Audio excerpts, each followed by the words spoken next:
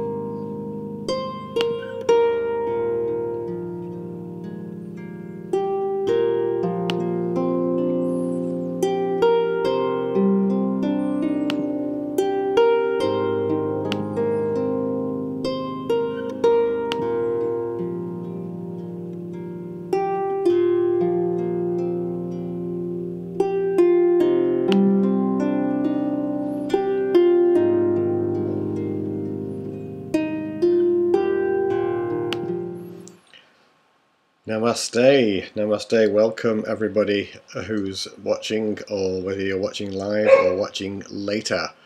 You may have even heard the dog just barking in the background. She likes to get in on the act when I'm doing events at home. So anyway, welcome on a beautiful sunny day and evening here in the UK, from wherever you're watching in the world. I wanted to dedicate this particular stream to what I've called beyond belief. Beyond belief. That's really what I'm pointing at there, is something I've spoken about a lot on the programs, for those of you on the programs, also a lot on the website, and that ultimately truth is an experience and not a belief. And I like to emphasize this point sometimes by even saying truth is unbelievable. Yeah, truth is unbelievable in that it doesn't require belief. It's experiential. And that absolute truth of who you are is actually infinite. So therefore there's nothing outside of you. And belief is something that is beyond you. It's something that you haven't experienced. It's something that you believe in. Therefore, if it's infinite, then it must be beyond belief and not require belief.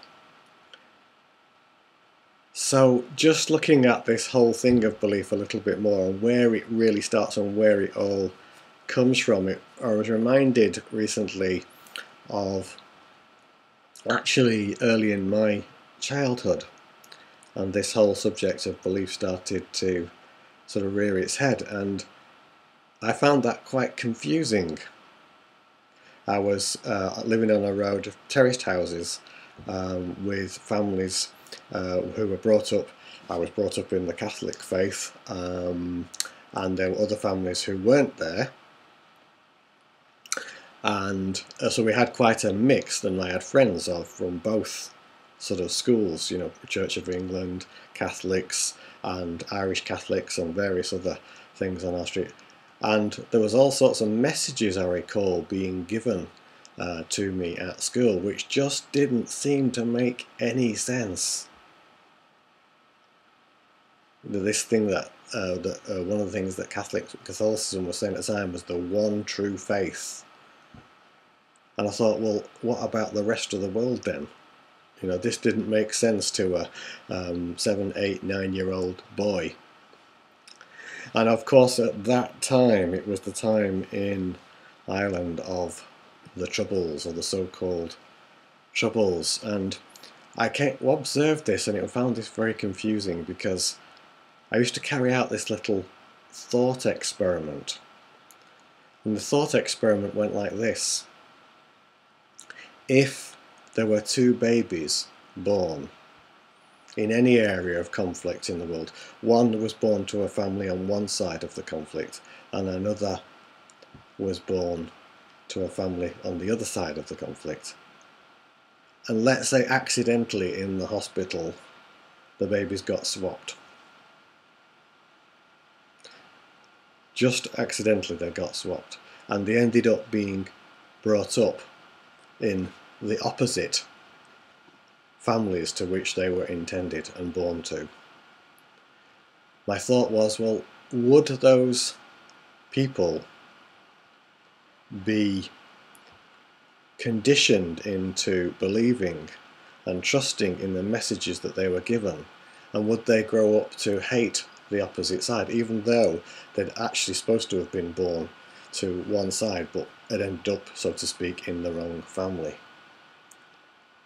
It seemed intuitive to me that this was indeed a possibility, that the conditioning of the environment, those wouldn't have been the words I would used at 9 years old, but that's what I'm referring to now. Was the conditioning of the environment sufficiently strong to help to get to the point where people's beliefs, even though they were supposed to be in another family, actually hated the roots and the beliefs of the families that they would have come from?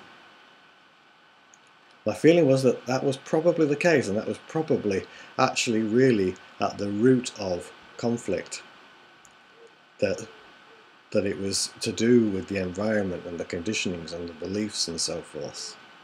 Now, I didn't have experiential evidence of that at that young age. Much later, after I'd let go of all of the conditionings and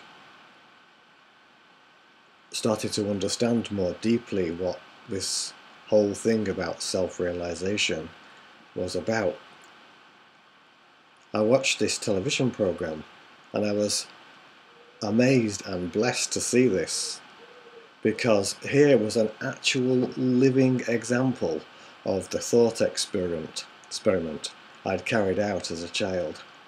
And it turned out to be actually identical twins. The mother was a Catholic and the father was from a Jewish background, and they were born in Trinidad in the Caribbean in 1934, so not long before the Second World War, starting in 1939. And a few months after birth, mother and father separated, and one of the boys was brought up in Trinidad in a very quite liberal upbringing, and the mother went to live in Nazi Germany. And so one was brought up in the Catholic faith and one was brought up in a fairly liberal but Jewish framework. I think it was around about 12 years old that the brother in Trinidad contacted the one in Germany just after the war, I think it was. And he wrote to his brother and he wanted to make contact. And in the letter that was sent to trying to make contact was a picture of him. And the brother in Germany was absolutely shocked by this photograph, because it showed him as a white individual wearing, I think it was some Scouts uniform actually, along with other boys wearing Scout uniform who were from mixed race backgrounds and coloured backgrounds of African extraction. And he was so shocked, this brother in Germany, that he could possibly conceive, his brother could conceive of being photographed with these people, because he'd been brought up in the belief system, and in fact he said we totally believed everything that the Nazis taught us, unquestioned. And he said he suppressed, to the extent that he suppressed everything else, and he couldn't conceive of himself being taken in such a photograph. And yet here he was, an identical twin. An identical twin. The brothers actually eventually met in person, but there wasn't really any sense of love or connection that they could find. I think over their whole lives they probably only met for a total period of about a month or so. And actually one of the things that had happened was that the mother's family had supported and believed in the regime, and actually the father's family was more or less all decimated by the Holocaust, the Jewish Holocaust. And there you see a very sad but extreme example of two different cultural environments, yet with identical twins. How one set had been taught to believe and have one set of beliefs, and another in perhaps a more liberal background, more accepting. That doesn't mean to say there weren't any beliefs there, by the way, but certainly a different background completely. That's how strong beliefs are, because it is ultimately beliefs, and the belief that your belief is the right belief, that can lead to extremes like war, can lead to extremes like the Holocaust. That's how strong beliefs can be. Now, whether they go to that extreme, and we may say possibly the world is a more peaceful place now, actually the fact is, and the matter is, that we've all been brought up with some beliefs or other, and the fundamental belief, in as far as self-realization is concerned, is a belief that you are not the realized self, the infinite silence. The belief that you are, in fact, this body, the story of the body, the experiences of the body, and that's all you are. This one belief that you are not that is really the fundamental block to the realization of the self. If this belief can be totally, unequivocally dropped and accepted that it's not just not true, then the doorway is open to that realization. But by embracing that belief, all sorts of other subset beliefs, in fact all beliefs as far as spiritual self-realization are concerned, are really subsets of this one fundamental mistaken belief that you are not that. All of them are subsets of that. And whether it goes to the extreme of, external expression in the context of war and so forth, it may not go there, and probably doesn't go there for most of us. But what it leads to is inner conflict. Inner conflict. Because there's a knowingness within us, within the heart space, that actually knows the absolute truth of our essence.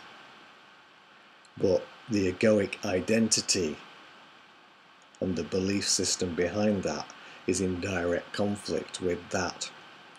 And enough energy and enough conditioning and attachment to that, and identification with that, causes an inner conflict, and actually all manner of spiritual problems, all manner of even health issues, all manner of beliefs and suffering, as the Buddha called it.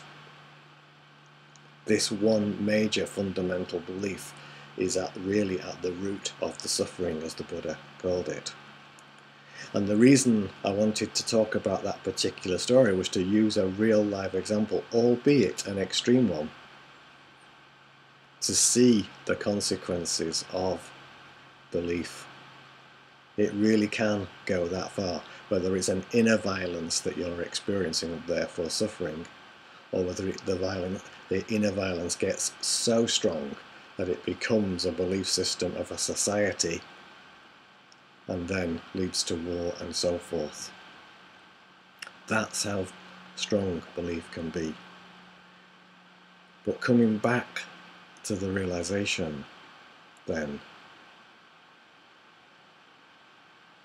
dropping belief, all beliefs ultimately must crash and be melted and burned. To open yourself to the realization of that absolute truth. And so using a very, what might appear to you to be a very extreme example, just to point out the consequences, the inner consequences as well as outer consequences of beliefs. You may not have thought of it in that way before, or perhaps you had, but hadn't realized just how far that can go. So the invitation to the realize everything, to the self, is to drop everything that you think and believe that you are, to allow that to be burnt and melted in the flame of truth, so that you can open yourself to the possibility, the experiential realization of that highest truth. It's like that. Ego doesn't like this one bit, because what ego is trying to do is keep you safe. But safe from what is what I always say. Safe from its demise.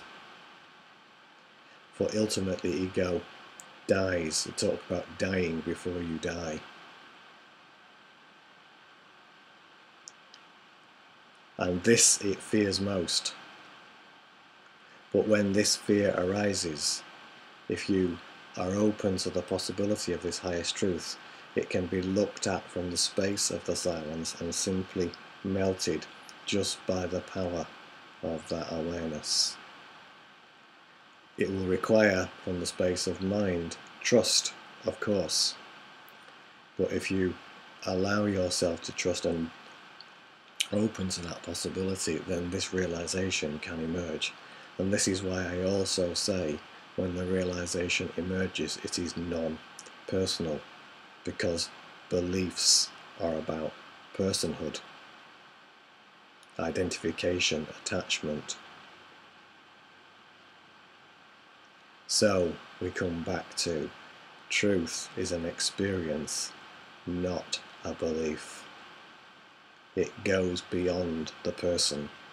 And when the realization emerges in a form, yes, the experiences of that person or that form, the story of that will still be remembered, but now there's no identification and attachment to it. Ego fears it has something to lose, but ultimately, because you are the infinite one, you have nothing to lose. The Buddha, I believe, was once asked, I understand, should I say, was once asked, what did he gain by enlightenment, self-realization? And he said, nothing. But what I dropped was the suffering, the beliefs, the attachments, the identifications. Words to this effect. Nothing to gain, or no thing to gain, and the suffering to be released.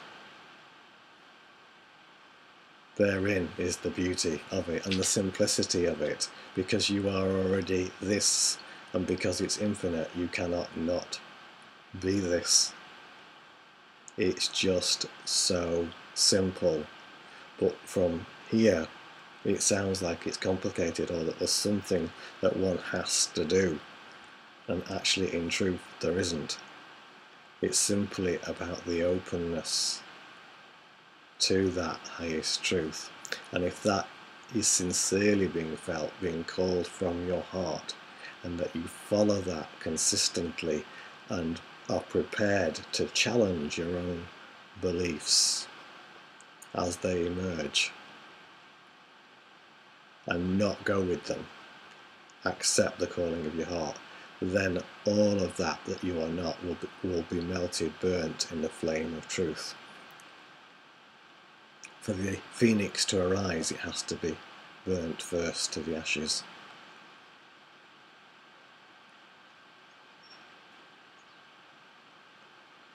But the benefit is huge, because the suffering drops, and the perfume of the silence is an everlasting joy, peace, grace, gratitude for the self unto the self.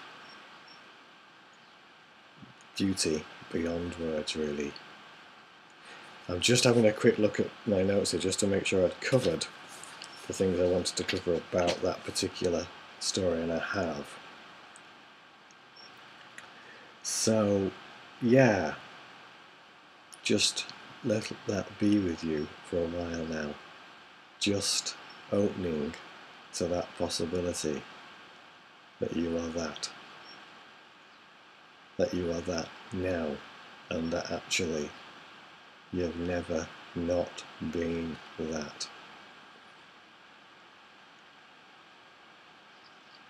Ever present, ever here, now, this infinite silence. Could this be true? Don't believe me. Every sage has said over the millennia, don't believe a word I say, because truth is an experience, not a belief.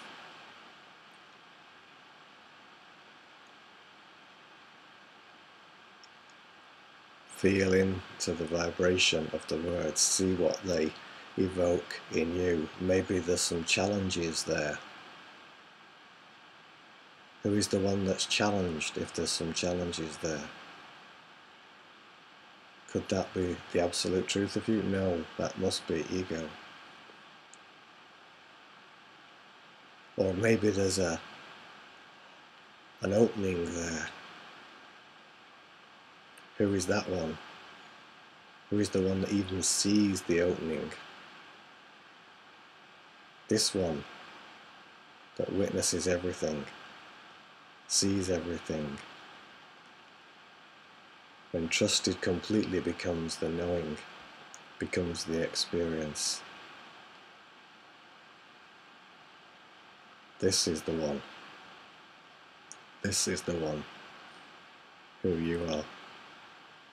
Not because I say so, but because you will know unequivocally and beyond belief that you are that.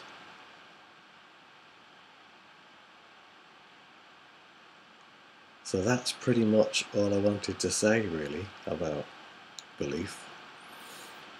Powerful example, I know, but sometimes we need these extremes to see where we're going astray. So I hope that served you, or I trust that served you in some way. And now, unless there's any questions burning, I am going to suggest we go to the meditation. So I can't see anything. I can see a few people have said hello. There's about 7 or 8 of us watching, I think. Hello to Dawn and Jolene and Christine. I know there's some others there as well. Welcome to you wherever you are. Let's go now then to a meditation, infinite silence. And I wanted to dedicate this particular meditation to some friends in Iceland. I actually flew to Iceland for the 2nd time a year ago today.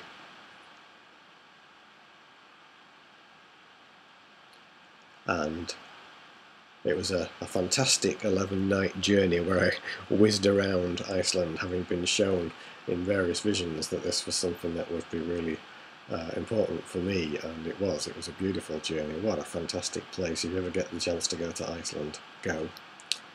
So I'm dedicating this meditation to my friends in Iceland, because one of the things that they do every full moon is gather at Thingvellir National Park, and there's a meditation circle which I was blessed to be able to join last year, and they held that. They were due to hold that last night, but it was raining, so I think they're going to defer it to next month.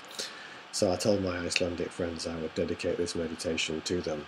So know that there's people in Iceland who are with us in spirit, even if not in person.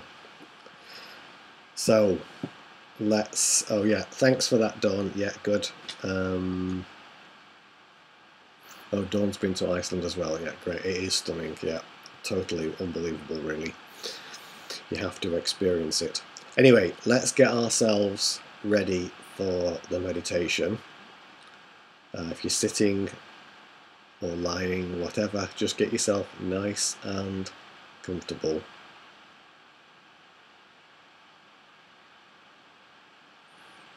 And just simply now closing your eyes.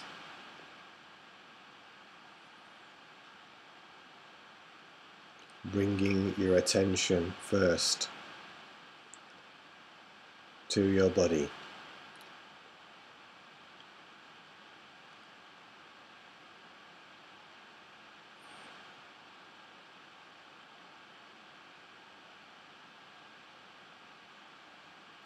And as your attention focuses on your body, just being open from your heart to the experience of what I refer to as spheres of light. The same as the universal, unassociated I am presence, the aliveness, the beingness. Just bringing your attention to that.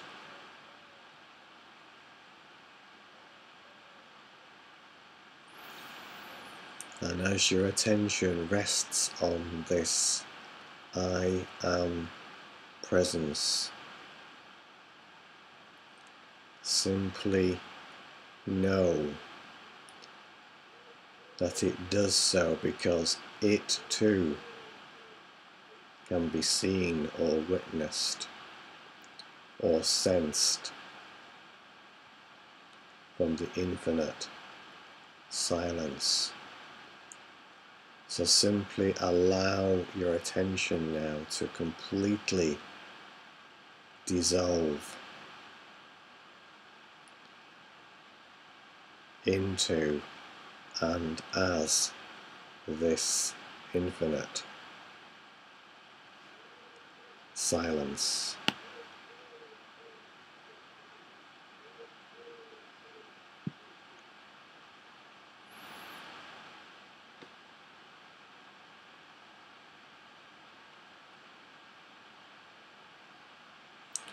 Melting into the presence, the infinite presence, letting everything go now.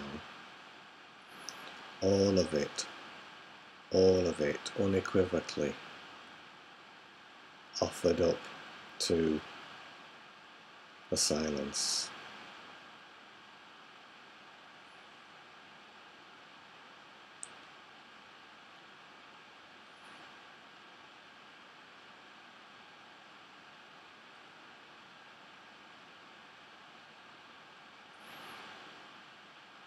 Just completely letting go and dissolving. Simply witnessing and watching everything, trusting only in the silence, that you are the silence, the infinite silence. Nothing else matters, just simply this, here, now. This eternal presence that is you.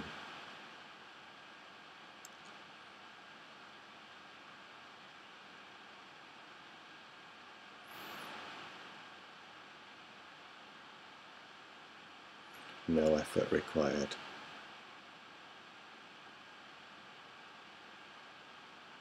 Simply allowing, resting,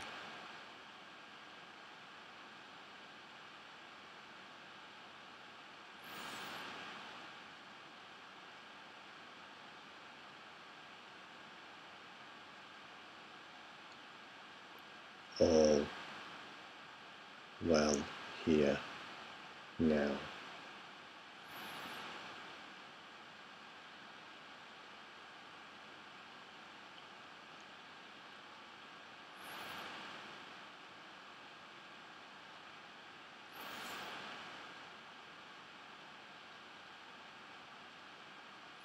And if anything's emerging, just simply allow that to be present fully, just witnessed, watched from the silence, and know that by trusting only in the silence,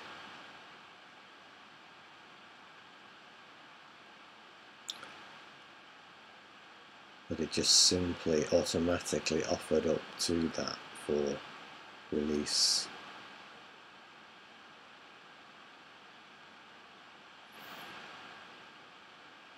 Knowing any insight that needs to emerge will emerge.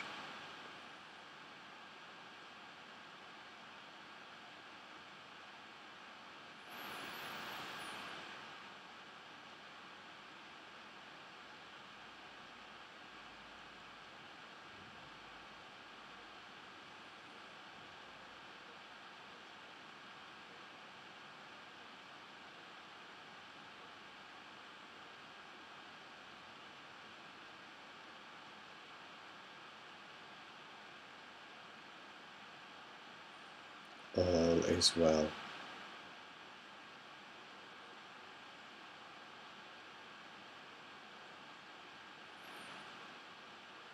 Always been here.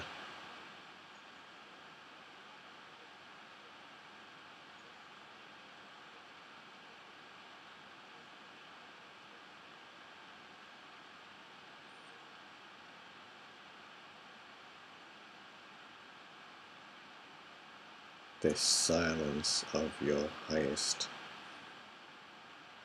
truth.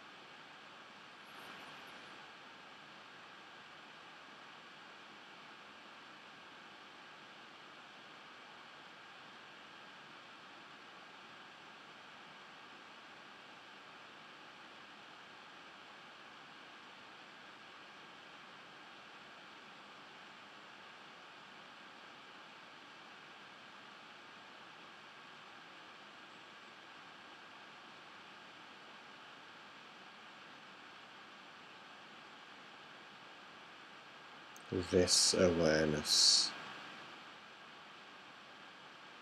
this infinite awareness of the self,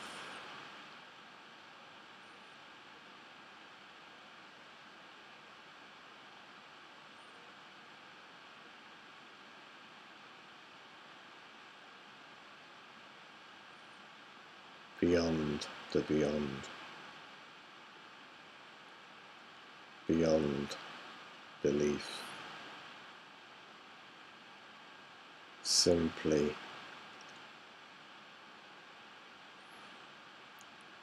here.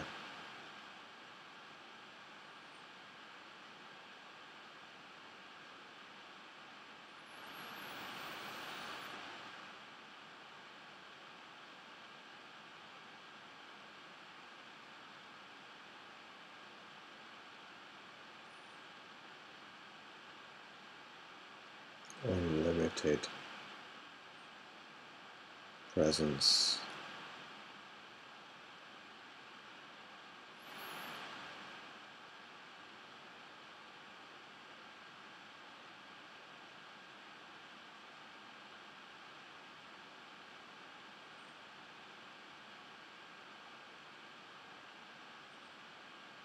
Boundless essence.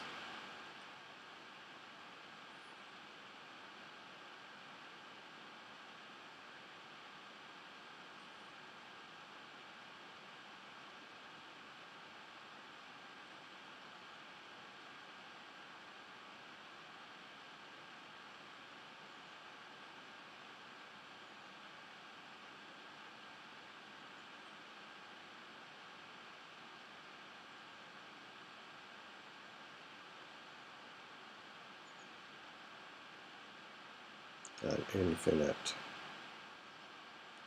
and eternal ocean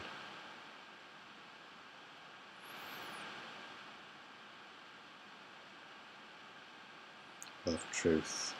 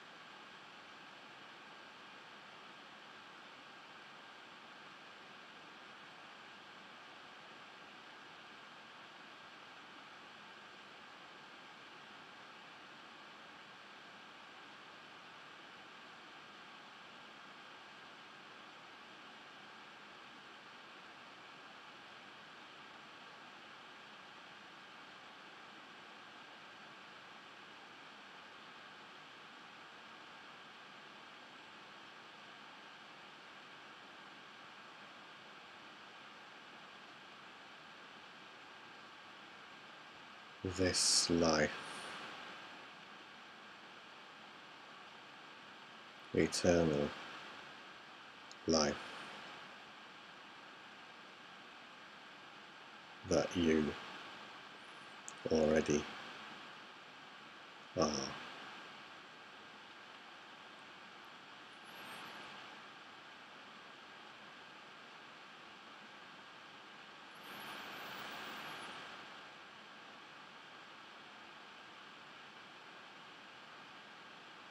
Nothing more important than this.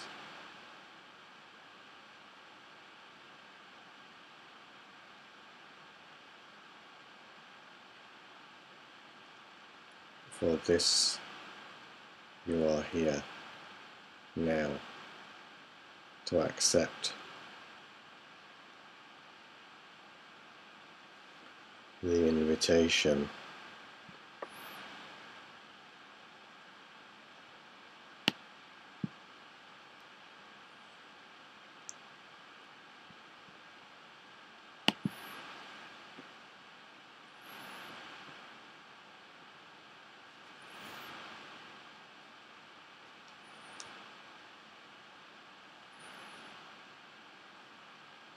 to embrace it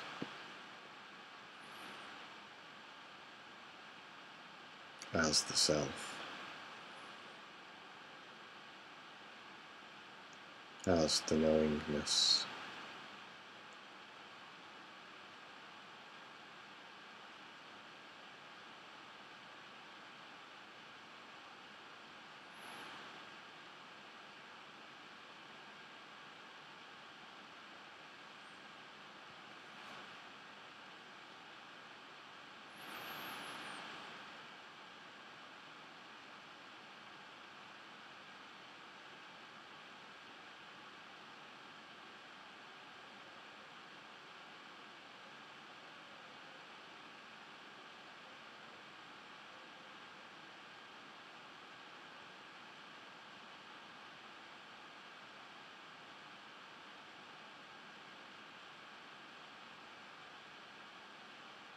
The isness of the silence.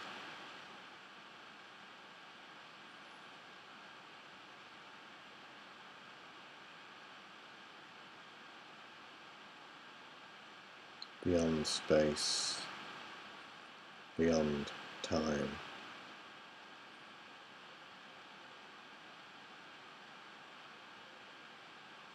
Infinite silence.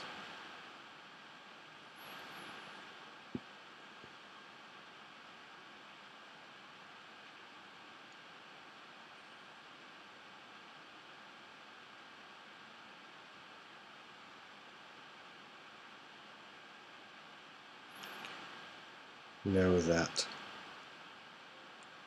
even as we move on to other parts of life beyond this live stream, this silence is always here and you are it. It's just a matter of where your attention is rested.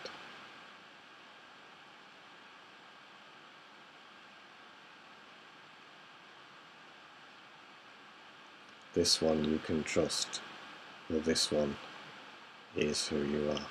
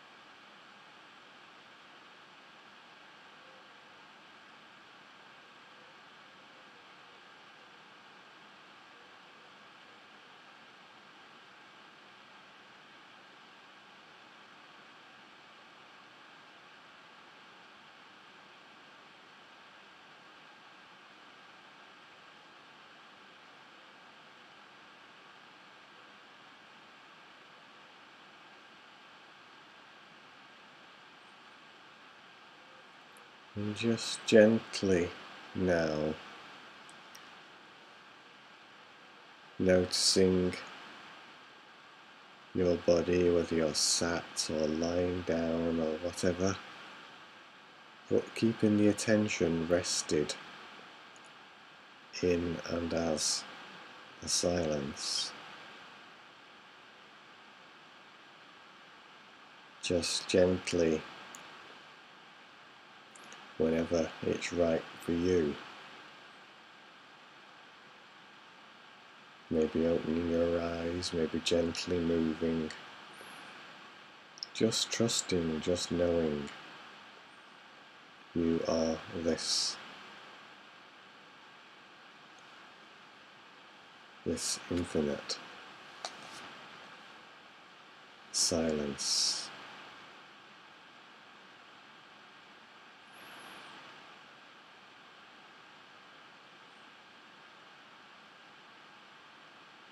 So I haven't got my singing bowl with me today, but just bringing yourself to, but keeping your attention rested in and as the silence, knowing that all is well here.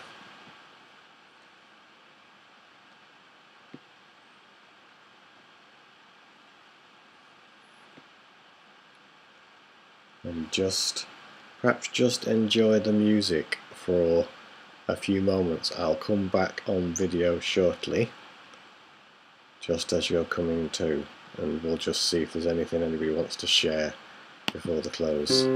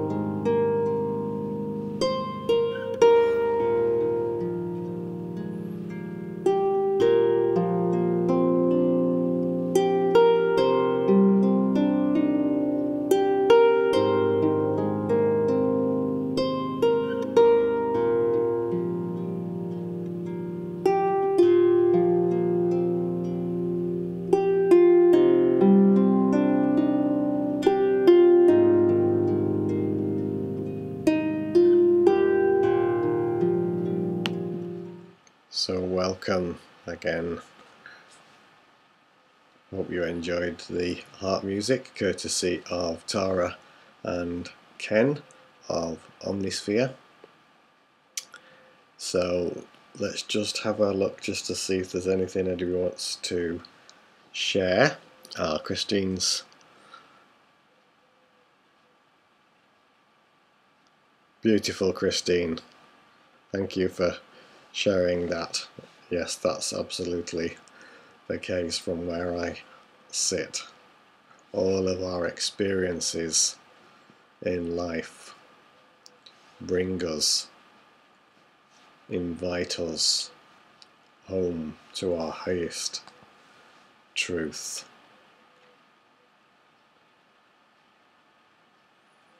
That's how it is. Not because I say so, but because you will see this. So let's just check if there's anything else. Anybody else want to share anything?